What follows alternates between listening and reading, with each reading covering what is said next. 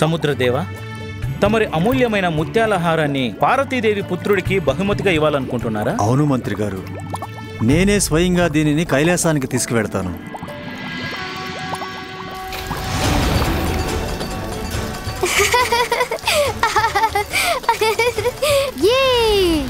భలే భలే.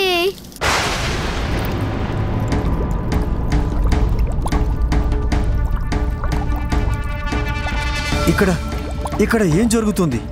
ఈ నీరంతా పరవళ్ళు తొక్కుతుందేంటి? ఇంతటి ప్రకాశం ఎక్కడి నుంచి వచ్చింది?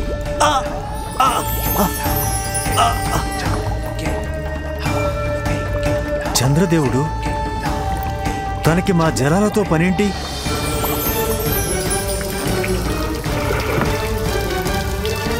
చంద్రుడి ప్రకాశం వల్లనే నా కన్నులు మిరుమిట్లు గొలుపుతున్నాయి.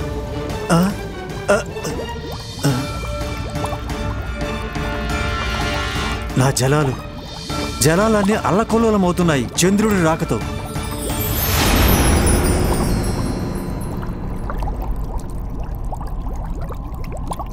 అదృష్టం కొద్దీ జలాలు శాంతం వహించాయి.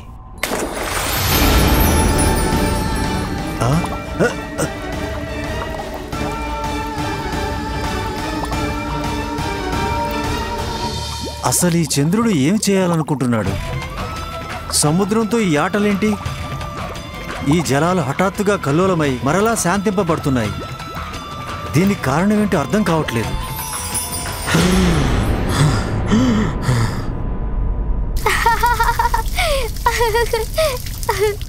కాపాడండి, నన్ను కాపాడండి.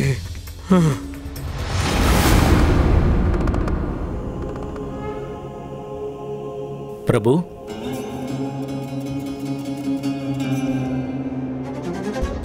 ప్రణామాలు ప్రభు. నంది, చెప్పు, ఏం జరిగింది? నిస్సంకోచంగా చెప్పు. ప్రభు, చంద్రశేఖరుడు తలపై చంద్రుడు లేడు ప్రభు.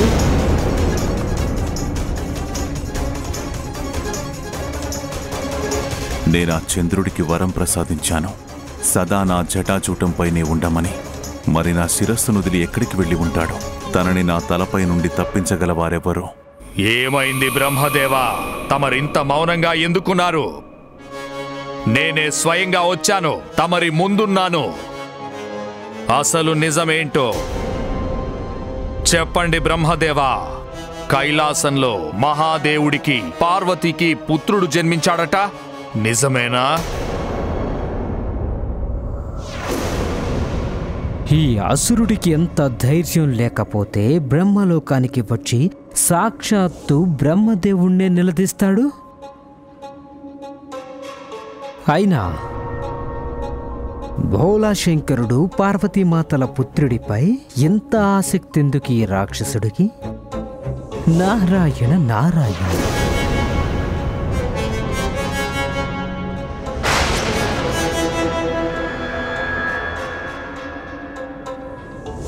అసలు పుత్రుడు ఎలా సంభవించాడు? దేవతలకు స్వయంగా మహాదేవుడే వాగ్దానం చేశారు కదా, ఇరువురి కలయిక వల్ల తమకు సంతానం ఎంత మాత్రము కలగబోదని. మరి ఈ సంతానం ఎలా కలిగింది? యదా యదా హి ధర్మస్య గ్లానిర్భవతి భారతః అబుద్ధానాం అధర్మస్య తదాత్మానాం సృజామ్యహం పవిత్రాణాయ సాధూనాం వినాశాయ చతుష్కితాం ధర్మ సంస్థాపనార్థాయ సంభవామి యుగే యుగే.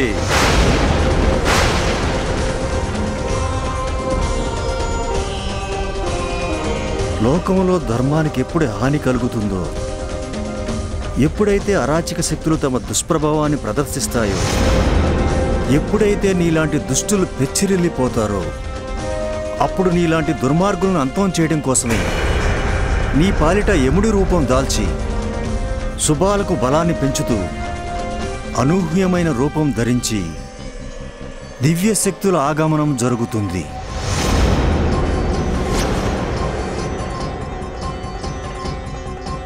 కైలాసంలో మహాదేవుడు పార్వతీదేవుల పుత్రుడు రూపంలో జన్మించిన శుభంకరుడు వచ్చి స్వయంగా నిన్ను హంతం చేస్తాడు సింధూరా.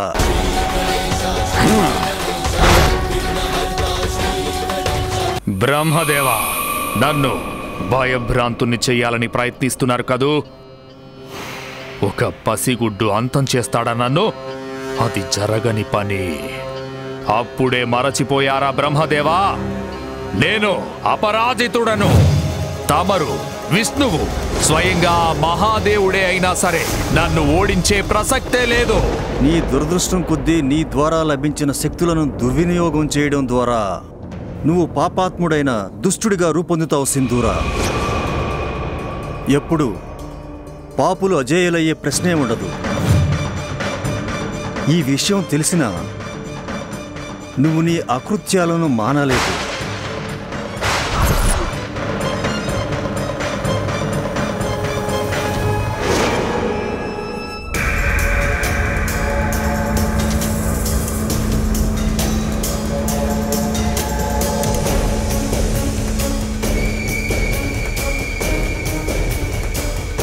బ్రహ్మదేవా, చూస్తుంటే 4 తలలున్న తమరి జ్ఞాపక శక్తి నశించినట్లుంది.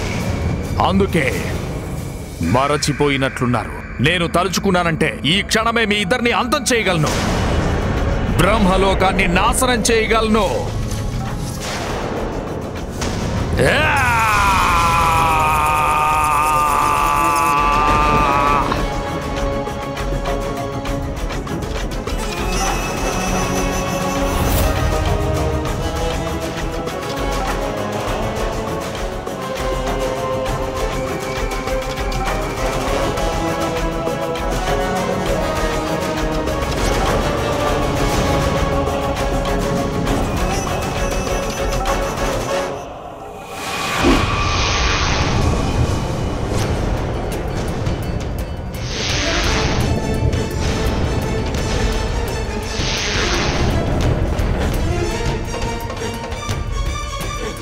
ఇంక చాలు సింధూరా.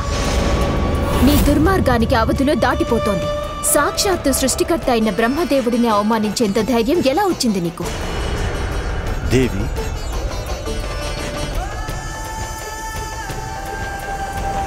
అయినా నీ నుండి ఇంతకంటే ఏం ఆశించగలవు? నువ్వు నీ శక్తులను వ్యర్థం చేశావు. ముందు నీకు విచక్షణా జ్ఞానం లేదు. ఇప్పుడు నీ బలం వల్ల ఉత్పన్నమైన అహంకారము, నీలోని దుష్ట ప్రవృత్తులే నిన్ను సర్వనాశనం చేయబోతున్నాయి. అంటే తమరు నాకు ఎన్నో వరాలిచ్చారు బ్రహ్మదేవా, కానీ అతి ప్రధానమైన సంస్కారం ఇవ్వడం మర్చిపోయారు. అంటే తన కర్తవ్యాన్ని సక్రమంగా నిర్వర్తించలేకపోయారు ఈ సృష్టి రచయిత.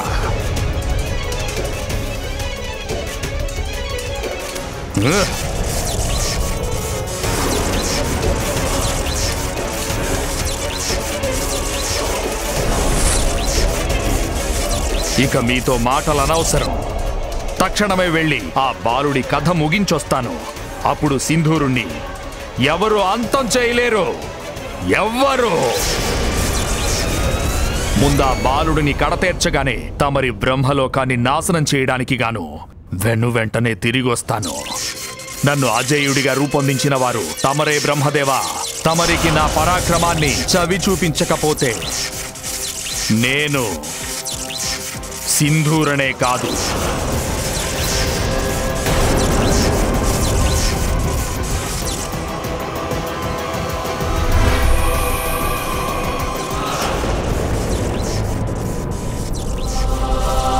ఈ సింధూరుడు నేను చేసిన అతి పెద్ద తప్పుకి ప్రత్యక్ష రూపం.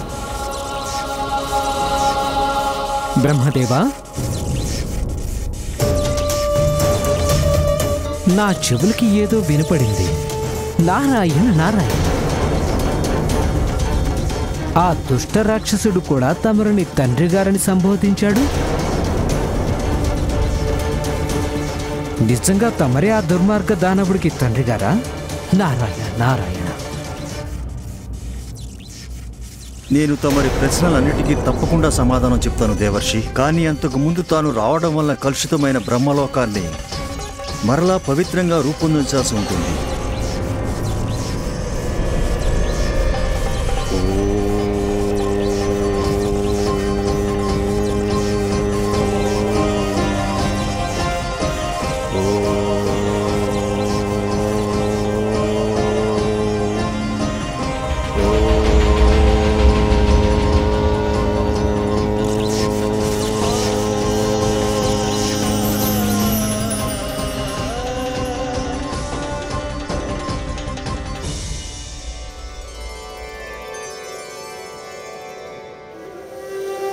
ఇక నేను తమరి ప్రశ్నలకు సమాధానం చెప్పడానికి సిద్ధంగా ఉన్నాను దేవర్షి. ప్రభు, ఇంత పని ఎవరు చేయగలరు? ఎవరికంత సాహసం ఉంటుంది? తమరి తలపై చంద్రుడినే అపహరిస్తారా? ఇంత కండకవరమా?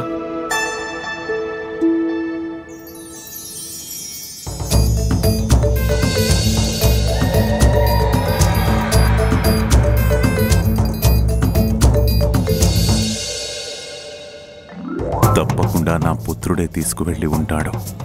అదేమిటో తెలుసుకోవాలనే కుతూహలం కొద్దీ చంద్రుణ్ణి తీసుకువెళ్ళి ఉంటాడు. ఇప్పుడే ఈ విషయం గణాలకు తెలిసినట్లయితే కంగారు పడి అంతా గందరగోళం చేసేస్తారు. మీరంతా వెంటనే వెళ్ళి చంద్రుడిని వెతికి తీసుకురండి. చిత్తం ప్రభు.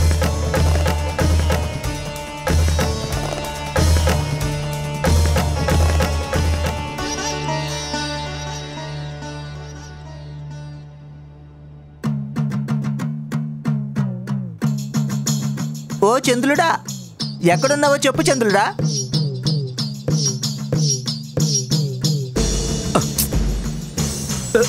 అయ్యో, కాస్త చూసుకుని అడవచ్చు కదా.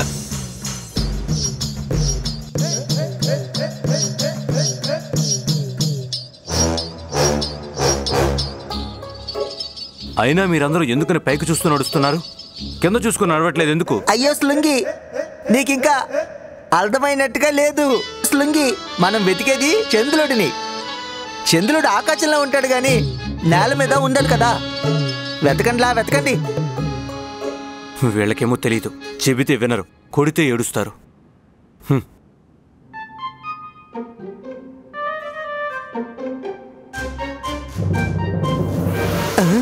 లే, చూసి నడవలా, పలిపోతావులా.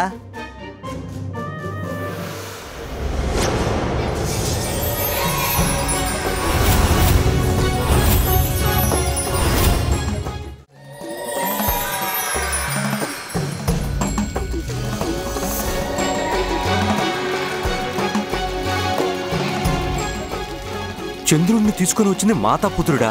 అంటే శివపుత్రుడు చంద్రవంకతో ఆడుకుంటున్నాడా? చూడు శృంగి, చంద్రుడు శివపుత్రుల దగ్గరే ఉన్నాడు. తీసుకో శృంగి, తీసుకో. మహాదేవుని పుత్రుడి నుంచి చంద్రవంకని ఎలా విడిపించాలబ్బా? ఈ గజముఖుని ఎలా ఒప్పించగలం? దీంతో మనం ఎన్ని చిత్రాలైనా గీసుకోవచ్చు.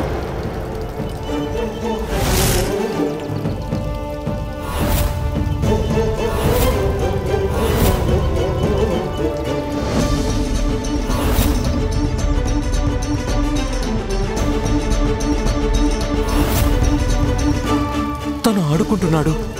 ఇప్పుడు మనం తనని బెదిరించడం మంచిది కాదు.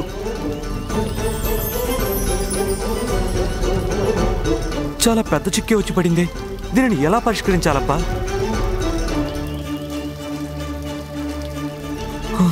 మా గణాల తన దగ్గరికి వెళ్ళటం మంచిది కాదు. నేనే ధైర్యం చేసి ఎలాగోలా ముందుకు అడుగు వేస్తున్నాను. మహాదేవా, అంతా మీ దయ. ఎంత బాగుందో.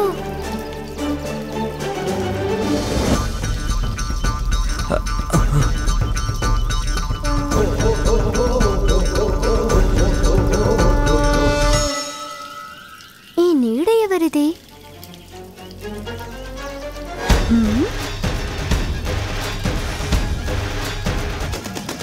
ఎవరది?